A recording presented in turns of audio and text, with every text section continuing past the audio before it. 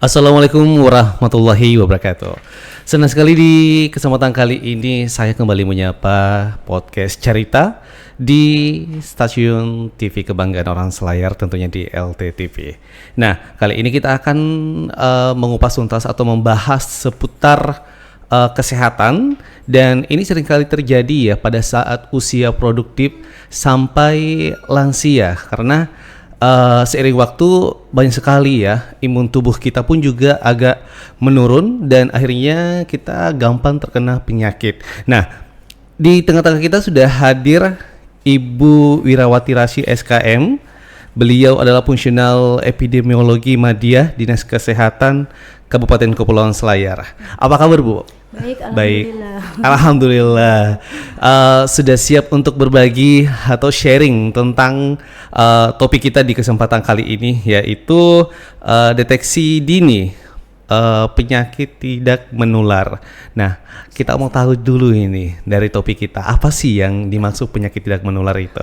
Ya, jadi di kesehatan, khususnya di bidang pencegahan dan pengendalian penyakit itu ada 3 sub ya. Jadi yang pertama itu adalah penyakit menular. Penyakit menular ya, seperti diare, rabies, ISPA, tuberkulosis, TBC. Kemudian ada penyakit tidak menular. Nah, penyakit tidak menular ini adalah penyakit degeneratif.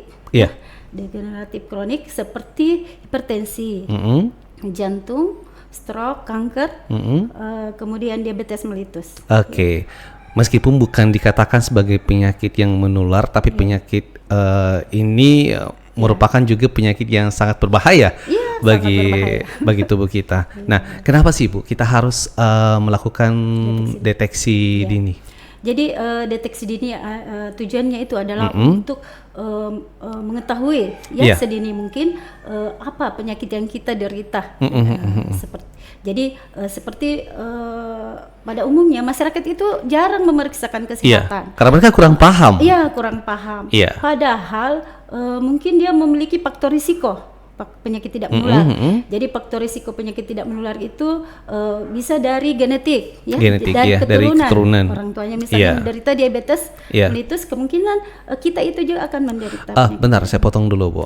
Berarti genetik dari orang tua turun ke anaknya. Ini berarti bukan sebagai penyakit yang menular ya? Tidak, yang dari penyakit tidak menular. Berarti turunan dari orang tua yang memang sama mungkin dengan genetiknya dengan si anak akhirnya. Contohnya Bu apa ini? Seperti misalnya diabetes mellitus atau masyarakat umum kenal dengan nama penyakit gula. Penyakit gula. Ini banyak banget di Indonesia pastinya. Jadi penyakit diabetes menular penyakit diabetes mellitus ini adalah merupakan penyakit keturunan. Jadi ketika kita mempunyai orang tua, misalnya ibu kita atau ayah kita atau nenek kita, tante kita ada yang menderita penyakit gula, nah kemungkinan kita itu mempunyai faktor risiko penyakit DM atau penyakit gula. Oke, dengar-dengar Bu ya, kalau seumpama si ibu punya riwayat penyakit gula, itu turunnya ke anak perempuan atau anak laki-laki? Ke laki-laki. Oh, anak laki-laki. Genetiknya seperti itu. Dia menyelang. Oke, karena ada sebagian besar di lingkungan tempat tinggal saya pun juga mendapatkan seperti itu. Ibunya yang penyakit gula, diabetes, anak laki-lakinya juga kena. Berarti rentang banget ya beresiko silang gitu ya. Silang. Oke, lanjut. Kemudian penyakit kanker payudara ya, itu juga merupakan penyakit keturunan genetik. Jadi sebisa mungkin masyarakat itu harus melakukan deteksi dini untuk mengetahui apakah di dalam tubuh kita itu ada bibit riwayat penyakit tersebut. Nah, kalau kita lihat nih, ini kan merupakan penyakit-penyakit yang mohon maaf yang mengakibatkan kematian, yang memang kita anggap sepele, yang awal-awalnya kita mungkin tidak atau kurang paham untuk mendeteksi, akhirnya lama-lama jadi sebuah kayak ancaman buat kita dan mengakibatkan kematian. Nah, di usia berapa yang memang seharusnya kita bisa mendeteksi kalau seumpama di tubuh kita itu ada mungkin sesuatu yang nggak lazim gitu sampai kita harus berobat ke dokter untuk check up gitu. Jadi program kita di Dinas Kesehatan itu deteksi dini faktor risiko penyakit tidak menular itu kita arahkan atau sasaran kita itu adalah usia produktif dan lansia. Jadi usianya itu adalah 15 tahun ke atas. Ya. 15 tahun ke atas. Berarti produktif banget ya.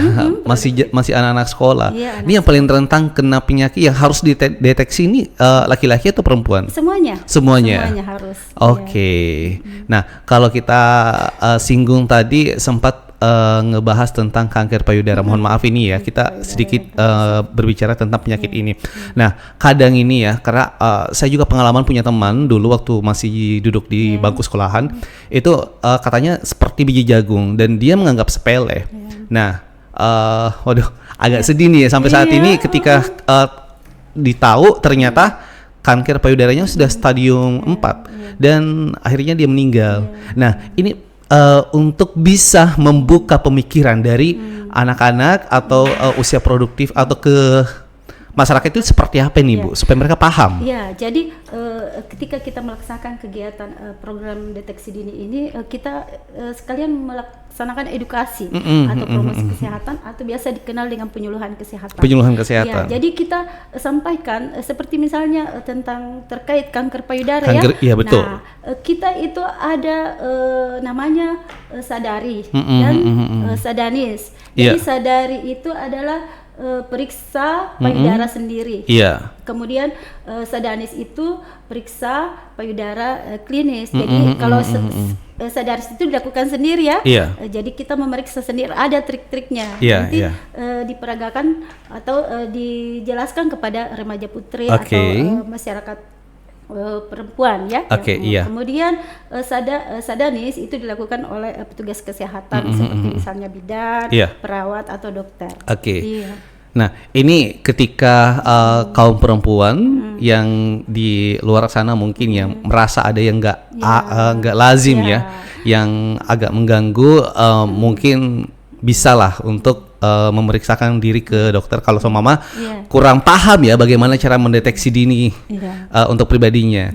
Jadi jadi langkah-langkah yang dilakukan setelah kita melakukan sadari ya atau Sadanis, ketika ditemukan misalnya kan kalau diraba itu payudaranya akan biasanya kalau orang yang mempunyai tumor atau kanker dia itu akan ada ditemukan daging ya, walaupun sebesar biji jagung atau kacang, itu harus segera dibawa ke dokter. Karena ini akan terus berkembang akar yang ini akan terus membuat jaringan dalam tubuh kita.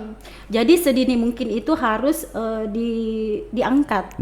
Betul. Dokter bedah itu akan diangkat dan dikirim untuk melihat apakah ada bibit kanker atau sel-sel karsinogenik. Jadi jangan kita jangan lengah gitu, jangan cuma badan aku sehat. Ini tapi ternyata di dalam tubuh kita ada sesuatu yang penyakit yang memang tidak menular tapi ini menyebabkan kematian. Nah, tadi kita menyinggung tentang kanker payudara ke perempuan. Ini apakah berlaku juga untuk laki-laki? Kalau laki-laki itu kita melakukan deteksi dini itu melalui kalau kanker payudara, kemungkinan bisa laki-laki karena kami pernah membaca ya bahwa seorang laki-laki itu menderita kanker payudara. Jadi ada kasus. Jadi semuanya pasti beresiko kena penyakit. Tergantung dari cara kita bagaimana bisa memeriksakan ke dokter, bagaimana cara kita bisa check up dengan baik dan konsultasi dengan dokter. Nah, tadi kita menyinggung tentang usia produktif yang memang rentang kena penyakit sampai usia lansia. Dan kita lihat apalagi di Selayar ini, contoh kasus saja di Kepulauan Selayar itu banyak banget yang diabetes. Ini apa pemicunya? Jadi diabetes itu pemicunya adalah satu itu faktor keturunan ya, genetik. Faktor keturunan, iya. Yang kedua adalah pola hidup atau lifestyle. Ya, jadi ini kita bisa temukan dari makanan, kebiasaan pola makan seseorang. Jadi ketika kita cenderung mengkonsumsi makanan yang manis atau yang tinggi karbohidrat, itu kita kemungkinan akan terkena diabetes melitus, apalagi kita punya riwayat keturunan. Jadi harus dikurangi untuk makan makanan yang banyak mengandung gula, manis-manis gitu ya. Nah, sejauh ini dari rekan-rekan Dinas Kesehatan melakukan sosialisasi, apakah sudah pernah melakukan sosialisasi? Ini kan usia produktif, otomatis usia anak sekolah juga berlaku. Ini apakah sudah pernah ke sekolah untuk memberikan edukasi kepada anak-anak? Jadi kami di Dinas Kesehatan khususnya yang langsung berhubungan dengan bersentuhan dengan masyarakat itu adalah puskesmas. Jadi petugas puskesmas melakukan kegiatan screening kesehatan faktor risiko penyakit tidak menular itu di sekolah. Kemudian di posyandu, posdindu, di OPD atau di kantor-kantor. Nah, kita melakukan deteksi dini itu melalui Jadi kita adakan edukasi juga dulu, iya. Jadi kita membawa beberapa alat ya. Jadi untuk deteksi itu kita menggunakan alat strip DM ya. Nah, kalau kita lihat ya, ini cukup diacungi jempol lah untuk Dinas Kesehatan yang memang ingin menyehatkan, apalagi terkhusus di kepulauan Selayar masyarakatnya. Nah, ini kita berbicara tentang penyakit tidak menular, yaitu diabetes dan juga penyakit-penyakit lain, penyakit-penyakit lain yang memang sangat mengancam untuk kehidupan kita, kan mengakibatkan kematian. Nah, kalau kita lihat ini ya, apakah berpotensi usia anak sekolahan yang memang masih lugu-lugunya, mereka tuh masih kurang paham tentang kesehatan, apakah mereka itu berisiko kena penyakit diabetes?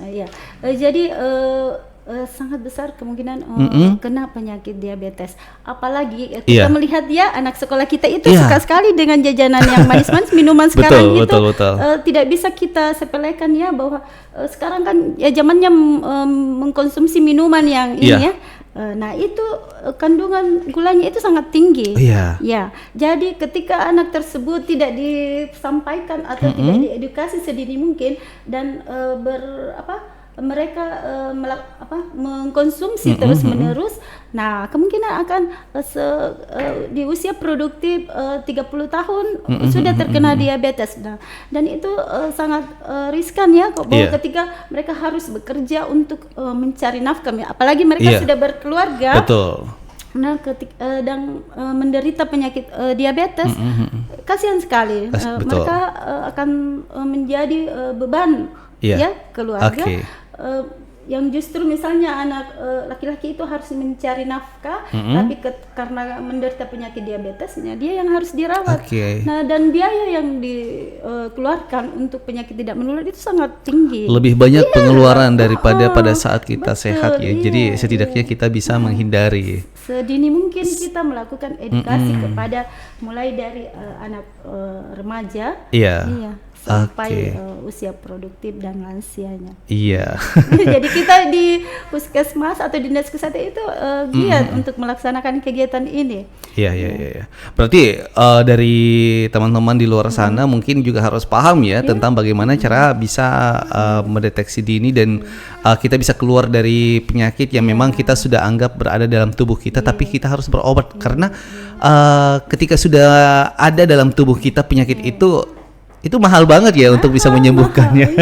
Jadi penyakit-penyakit degeneratif atau penyakit menular ini sangat mahal. Karena step by step pengobatannya ya. Iya, betul.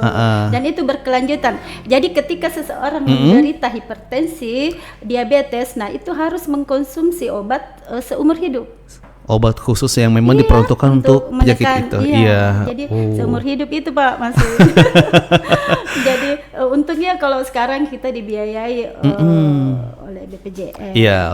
Tapi menjadi beban negara juga. Iya, betul sekali. Ada beberapa hal juga yang harus kita memang konsumsi secara rutin juga, nggak harus gantung di BPJS karena kan kita ingin sembuh. Makanya kita harus selalu memberikan kayak asupan gizi yang bagus untuk tubuh kita.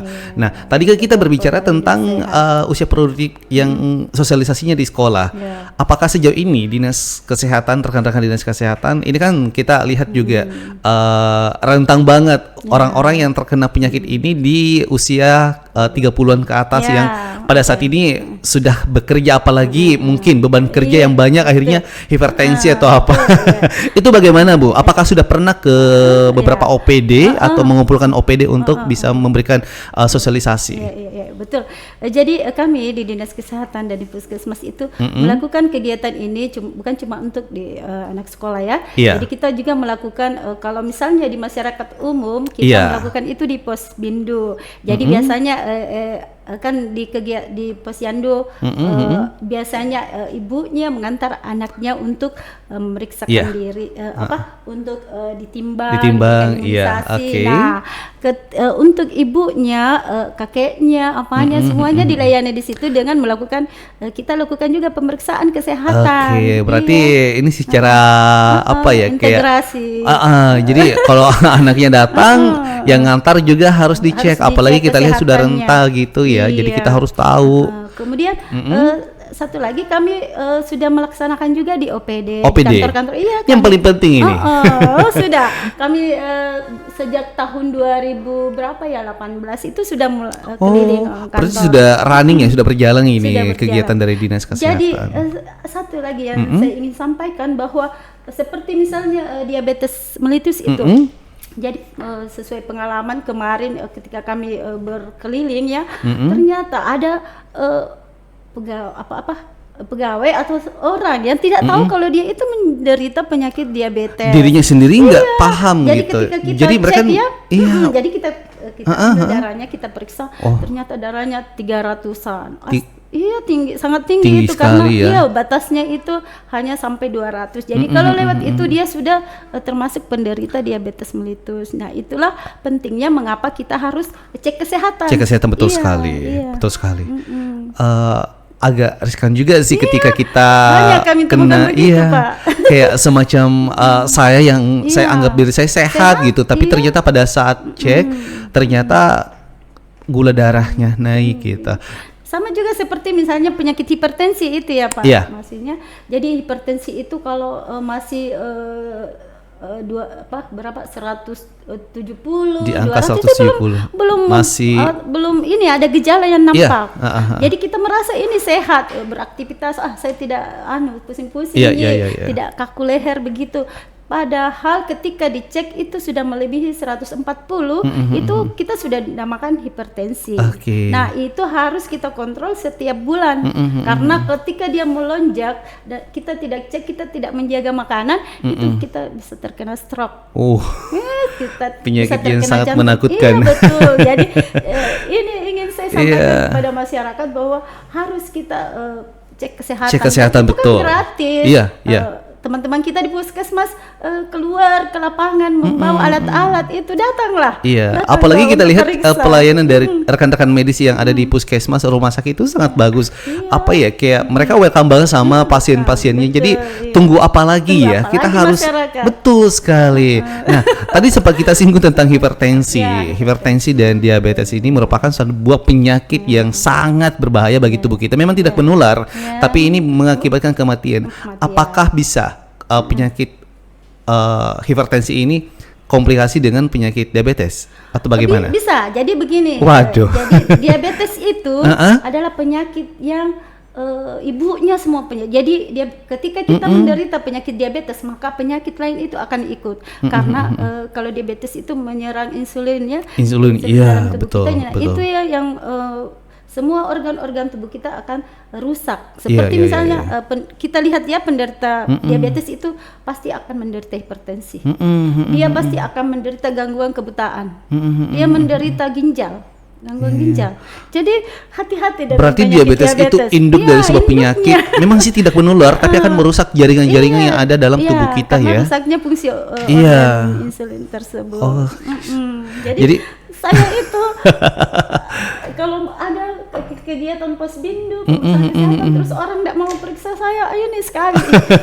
periksa. Kenapa padahal, ya? Kayak greget gitu. Kenapa sih kalian nggak mau? Padahal ketika kita melakukan pemeriksaan sedini mungkin, nah kita akan langsung mengantisipasi agar penyakit itu tidak semakin berkembang. Betul. Kita rutin minum obat, kita kita melakukan diet ya, diet untuk agar penyakit tersebut tidak semakin dan tentunya kronis, dari dinas kesehatan, rekan-rekan dinas kesehatan dan puskesmas juga akan memberikan arahan dan bagaimana bisa diedukasi mereka supaya bisa nih minum obat ini, terus olahraganya seperti ini dan konsumsi ini untuk bisa memenuhi asupan gizi agar jangan kelebihan gula, gitu. Jangan sampai penyakitnya semakin kronis. Iya juga sih ya. Kemudian ini ingin saya tambahkan lagi bahwa pengendalian penyakit diabetes sama hipertensi itu masuk di standar pelayanan minimal di bidang kesehatan. Jadi ini merupakan kinerja pemerintah. Jadi kalau ada penderita yang tidak datang dan kita sebagai seorang petugas kesehatan kita tidak melakukan pelayanan secara maksimal, nah itu artinya kita tidak melakukan kinerja kita itu buruk. Jadi ini kembali lagi kepada pemerintah. Iya. Karena kan di sini harusnya pemerintah, apalagi rekan-rekan dinas kesehatan yang memang berperan aktif untuk bisa memberikan sebuah pemahaman kepada masyarakat. Nah, ketika memang mereka kena penyakit, tapi mereka nggak kayak nggak ada deteksi dini, nggak ada check up. Itu merasa dinas kesehatan itu rekan-rekan medis itu gagal. Soalnya belum ada dari mereka masyarakat yang maksudnya paham gitu. Jadi kita di dinas kesehatan itu berupaya sebagai bisa mungkin agar semua sasaran kita itu bisa dideteksi secara dini. Jadi sasarannya itu adalah usia produktif. Jadi semua itu. Jadi kalau kita tidak melayani, kita tidak mencapai target. Target. Jadi memang ini kita berarti ada capaiannya juga ada capaian yang harus dicapai. Jadi kalau kita tidak mencapai, kita merasa berdosa karena kita membiarkan masyarakat kita menderita penyakit. Kan kita ketahui bahwa masyarakat itu biasanya acuh tak acuh. Betul. Jadi ketika dia merasa sehat, saya tidak sakit, ngapain saya pergi periksa? Nah, iya. Kadang juga nih Bu ya, ada masyarakat ketika memang kayak contoh kasus si A memang merasa kayak sakit gitu, gak enak badan dan memang sudah berlangsung beberapa bulan, tapi si A ini takut gitu untuk mengetahui penyakitnya gitu. Dan ada ya contoh kasus masyarakat yang seperti itu juga. Ada. Kami pernah petugas kesehatan juga, teman kantor saya dulu, beliau itu tidak mau sekali diperiksa kesehatannya karena katanya takut. Ketika katanya kalau dia tahu penyakitnya dia akan memikirkannya terus. Iya betul. Tapi itu kan mengakibatkan hipertensi juga nantinya. Tidak, itu adalah suatu persepsi atau pemikiran yang tidak benar ya. Jadi kalau kita harus memeriksakan kesehatan agar kita tahu. Jadi ketika kita tahu bahwa kita misalnya menderita penyakit diabetes, nah kita akan melakukan diet. Misalnya kita akan mengurangi mengkonsumsi makan nasi. Makanan yang kita makan itu hanya jagung, sayuran. Dan kita akan mengurangi gula. Begitu. Jadi harus kita periksa kesehatan, jangan takut. Supaya nantinya kita bisa tahu juga karena kan kembali lagi ke tadi seperti apa yang disebutkan Ibu Wira, kalau seumpama kita lebih baik mencegah daripada mengobati, karena ketika mengobati itu mahal banget. Seumur hidup loh akan mengkonsumsi obat yang ini, dan diabetes itu bisa jadi tidak akan pernah sembuh. Karena ketika nanti akan ini naik lagi, turun lagi, naik lagi, turun lagi. Dan itu berisiko sekali dia untuk penyakit-penyakit yang lain. Dan itu akan mengundang penyakit-penyakit lain. Nah, tadi sempat disinggung tentang pelayanan dari dinas kesehatan yang berupaya mungkin sebisa mungkin untuk bisa mengcover masyarakat agar nantinya masyarakat itu bisa terlayani dengan baik. Nah, tapi masyarakatnya juga kayak mungkin masih gengsi atau takut atau bagaimana. Nah, kendala yang sangat signifikan yang didapatkan oleh rekan-rekan dinas kesehatan itu seperti apa ini? Jadi kendala kita itu adalah misalnya ketika masyarakat itu tidak mau datang ke tempat pelayanan Posbindu misalnya jadi teman-teman di puskesmas itu harus turun door to door. Nah, itu memerlukan waktu dan tenaga yang cukup besar ya, cukup melelahkan juga untuk teman-teman. Jadi saya inginnya masyarakat itu kalau misalnya disampaikan kalau ada kegiatan seperti ini datanglah, tidak usahlah dikunjungi karena terkait lagi dengan kemampuan tenaga yang terbatas. Betul. Sementara yang ingin kita layani itu banyak karena usia produksi sampai lansia. Banyak sekali. Hampir 80%. Betul sekali Ibu. Penduduk di Selayar harus dilayani. Oke. Nah, kita lihat di Kepulauan Selayar, kalau kita lihat secara kasat mata, kita lihat orang-orangnya sehat secara hidup di pesisir yang selalu makan ikan segar dan mungkin kita berpikir aduh sehat gimana gini. Nah, sementara kita sudah tahu range dari orang-orang yang menderita penyakit diabetes, hipertensi ini segini. Kalau dikalkulasikan Selayar itu termasuk penyumbang terbanyak penyakit diabetes atau bagaimana? Diabetes dan hipertensi cukup banyak. Jadi banyak. Iya, jadi hampir 30% itu masyarakat usia produktif itu menderita penyakit diabetes. Dan ini penyakit karena yang pola saya lihat juga kehidupan sehari-hari suka sekali makan yang manis. Iya. Kalau kita lihat ini bukan hanya saja di kalangan usia 30-an tapi anak-anak itu sudah jadi saya pernah punya pengalaman dari rekan di puskesmas bahwa ada anak yang mungkin masih berusia sekitar kelas 6 SD. Ternyata dia itu menderita diabetes. Waduh. Karena masih muda banget.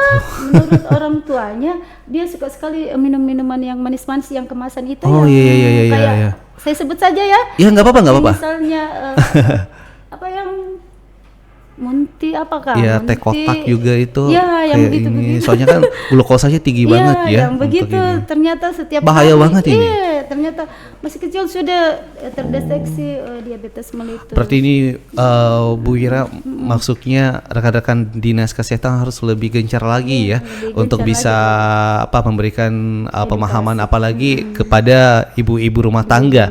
Karena kan bagaimanapun juga dia akan menjadi penyambung lidah untuk anak-anaknya di rumah untuk nantinya tidak mengkonsumsi secara berlebihan yang mengandung banyak gula. Apalagi sekarang kita lihat banyak sekali makanan-makanan dan minuman-minuman yang banyak mengandung gula dan ini mengakibatkan diabetes. Pada saat ini memang sih kita santai-santai saja ya.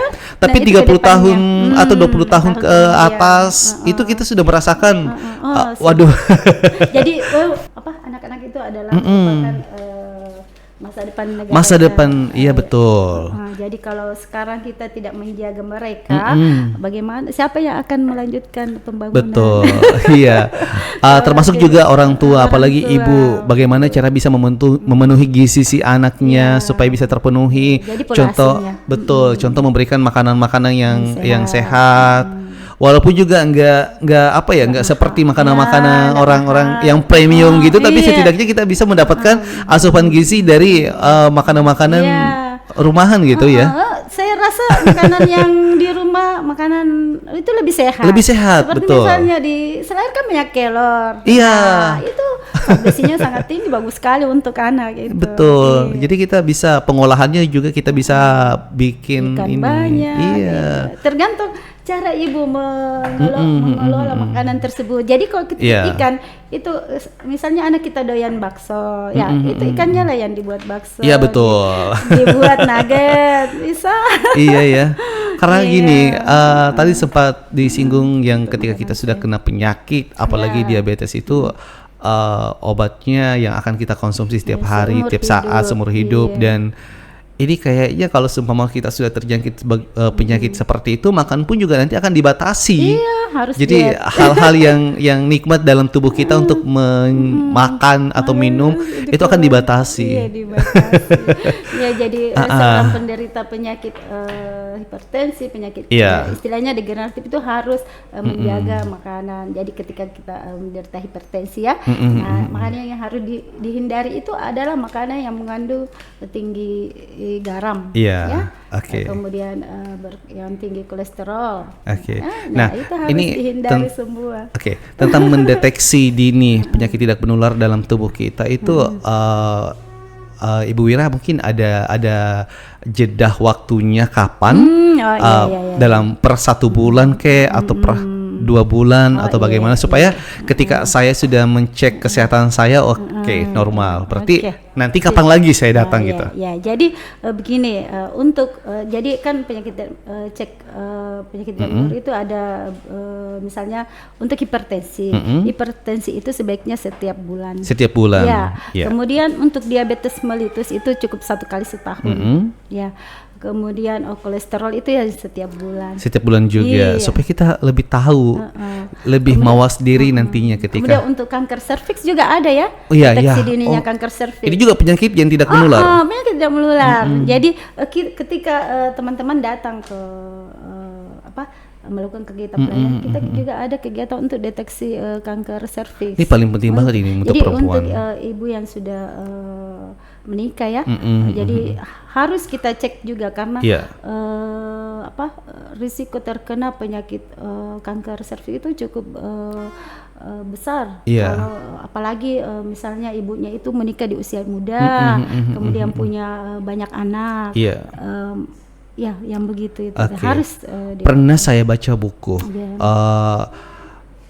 perempuan yang beresiko terkena penyakit payudara dan kanker serviks itu dari 100 orang ada 30 orang yang ini. Berarti banyak banget ini. Berarti memang bukan penyakit yang main-main ya, memang harus kita bisa mendeteksi, apalagi memang kita sudah menikah dan harusnya lebih paham. Karena di keluarga saya juga ada yang pernah awalnya dia cuma berpikir penyakit biasa, minum ramuan lah, obat-obatan yang memang tidak diketahui oleh dokter. Akhirnya pada saat akarnya sudah menyebar ke dalam tubuhnya mengakibatkan kematian. Dan emang ini yang paling penting banget Bu, yang memang harus kita ini. Penting banget buat kaum perempuan. Betul sekali.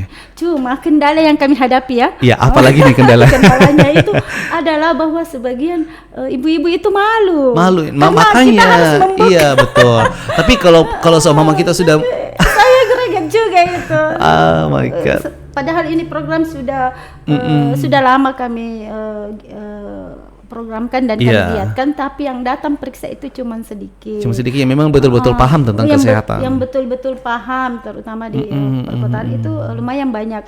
Tapi kalau di desa, di pedesaan itu ini mereka masih malu ya, ini. Padahal ketika mereka sudah kena penyakit ini rentang banget ini, bahaya banget ini. Jadi mestinya harus terlambat dideteksi akan mengancam. Harusnya sejak dini